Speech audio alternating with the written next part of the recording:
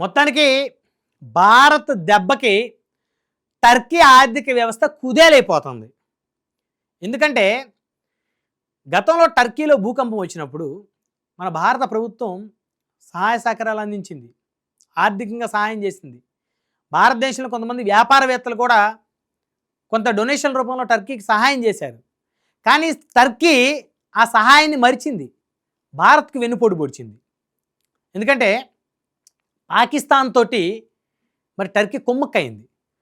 పెహల్గామా ఉగ్రదాడి తర్వాత పాకిస్తాన్లో ఉన్నటువంటి 9 ఉగ్రవాద శిబిరాలను టార్గెట్ చేసి భారత్ మిసైల్స్ తోటి ఆ ఉగ్రవాద శిబిరాలను కూల్చేసి 100 మందికి పైగా టెర్రరిస్టులని మట్టుబెట్టింది.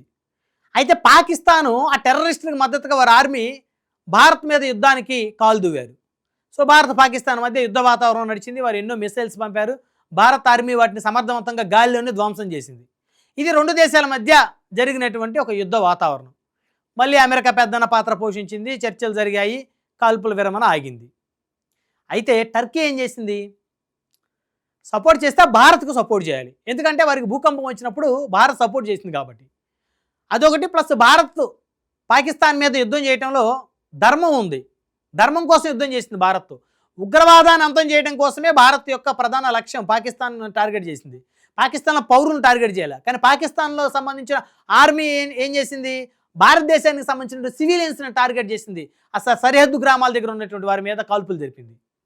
సో అలాంటప్పుడు టర్కీ సపోర్ట్ చేస్తే భారత్కి సపోర్ట్ చేయాలి. కానీ పాకిస్తాన్కి యుద్ధ విమానాలు పంపింది, డ్రోన్లను పంపింది, వాటిని ఆపరేట్ చేయడానికి ఆపరేటర్లు కూడా పంపింది టర్కీ. ఎందుకంటే మరి వారి దగ్గర ఆపరేటర్లు లేరు కాబట్టి, పాకిస్తాన్ దగ్గర వారికి అంత టెక్నాలజీ తెలియదు కాబట్టి, వారందరూ మూర్ఖులు కాబట్టి. సో అలాంటి తరుణంలో భారతీయులందరూ కొన్ని సంచలన నిర్ణయాలు తీసుకున్నారు. ఫస్ట్ దెబ్బ యాపిల్స్. టర్కీ నుంచి పెద్ద ఎత్తున పూణే మహారాష్ట్రకి యాపిల్స్ దిగుమతి అవుతూ ఉంటాయి. దగ్గర సంవత్సరానికి 1000-2000 కోట్ల రూపాయల పైనే టర్కీ యాపిల్స్ రూపంలో భారత్తో వ్యాపారం చేసుకుంది. ఇప్పుడు వీరు బహిష్కరించారు పూణే మహారాష్ట్రకు సంబంధించిన వ్యాపారులు. హిమాచల్ ప్రదేశ్ నుంచి మరి యాపిల్స్ని తెచ్చుకుంటున్నారు. భారత్లో వినియోగదారులు కూడా బంద్ చేశారు. టర్కీ యాపిల్ అంటే ఇస్త్రీ అవతలు కొడతా ఉన్నారు కాబట్టి వ్యాపారస్తులు ఆగిపోయారు, వినియోగదారులు బహిష్కరించారు. ఫస్ట్ దెబ్బ. రెండో దెబ్బ వచ్చేసరికి టూరిజం. దాదాపు 10 లక్షల మందికి పైగానే ప్రతి సంవత్సరం భారత్ నుంచి టర్కీకి వెళ్ళేవారు టూరిస్టులుగా భారతీయులు. దాదాపు 10,000 కోట్ల రూపాయల పైచులకు ఆదాయం వచ్చేది ప్రతి సంవత్సరం. ఇప్పుడు టూరిస్టులు ఎవరు వెళ్ళట్లా. ఎప్పుడైతే టర్కీ పాకిస్తాన్కి డ్రోన్లను సరఫరా చేసి ఆపరేటర్లను పంపించి యుద్ధ విమానాలు పంపించి భారత్కి పాకిస్తాన్ మధ్య జరిగిన యుద్ధంలో పాకిస్తాన్కి సపోర్ట్ చేసిందో, సరే ఆయుధాలు అమ్ముకుందా, వ్యాపారం చేసుకుందా అని పక్కన పెడితే వారికి అసలు ఆయుధాలు ఇవ్వకూడదు, వారితో చేయకూడదు వ్యాపారం. ఎందుకంటే ఇక్కడ ధర్మానికి అధర్మానికి పోరాటం జరుగుతుంది కాబట్టి. ఆ దెబ్బ భారతీయులందరూ కూడా టూరిస్టులుగా వెళ్ళటానికి వారు అంగీకరించలేదు. వారు బుకింగ్ చేసుకున్నటువంటి ఫ్లైట్ టికెట్లు క్యాన్సిల్ చేసుకున్నారు. అదేవిధంగా మరి అక్కడ బుక్ చేసుకున్నటువంటి స్లాట్లు కూడా అన్ని క్యాన్సిల్ చేసుకున్నారు. 1000 కోట్ల రూపాయలు అక్కడ దెబ్బ పడింది. మరొక దెబ్బ ఇప్పుడు గత 2-3 రోజుల నుంచి ఇంకొక దెబ్బ. టర్కీ బ్రాండ్లతో అమ్మకాలు జరుగుతున్నటువంటి దుస్తులు కూడా భారతీయులు బ్యాన్ చేశారు. అదేం చూద్దాం ఒకసారి. టర్కీకి మరో షాక్. పాకిస్తాన్కు మద్దతుగా నిలిచిన టర్కీకి దెబ్బ మీద దెబ్బ తగులుతుంది. టర్కీ బ్రాండ్ల విక్రయాలను పలు కంపెనీలు నిలిపివేస్తున్నాయి. అన్ని కంపెనీలు నిలిపేస్తున్నాయి టర్కీ బ్రాండ్ విక్రయాలు. ఎందుకంటే యాపిల్ మీద ఎక్కడ పేరు ఉండదు. ఆ యాపిల్ బాక్స్ ఉంటుంది, టర్కీ పేరు ఉంటుంది, టర్కీ నుంచి వచ్చిన యాపిల్స్ అని. వాటిల్ని నిషేధించారు భారతీయులు. టూరిజాన్ని నిషేధించారు, అక్కడికి వెళ్ళటం. అదేవిధంగా ఇప్పుడు టర్కీ బ్రాండ్ల విక్రయాలను పలు కంపెనీలు నిలిపేస్తున్నాయి. తాజాగా రిలయన్స్ యాజమాన్యంలోని అజియో తమ పోర్టల్లో టర్కిష్ దుస్తుల బ్రాండ్ల విక్రయాలను బంద్ చేసింది. చూసారా, మంచి నిర్ణయం తీసుకుంది. రిలయన్స్ యాజమాన్యంలోని అజియో తమ పోర్టల్లో టర్కిష్ దుస్తుల బ్రాండ్ల విక్రయాలను బంద్ చేసింది. అదేవిధంగా మింత్రా కూడా, ఎందుకంటే మనం వెబ్సైట్స్ కొంటా ఉంటాం కదా, మింత్రా, సో ఇవన్నీ కూడా బ్యాన్ చేశాయి. మింత్రా కూడా అలీబాబా యాజమాన్యంలోని ట్రెండియోల్తో సహా అన్ని టర్కిష్ బ్రాండ్ల అమ్మకాలను తాత్కాలికంగా నిలిపివేసింది. సో టక్కన ఎవరన్నా బట్టలు కావాలనుకుంటే మింత్రా లాంటి ఫోన్లో యాప్స్ ఇన్స్టాల్ చేసుకొని దాని నుంచి మనం సెర్చ్ చేసుకొని కావాల్సిన బ్రాండ్స్ ఆర్డర్ పెట్టుకుంటాం.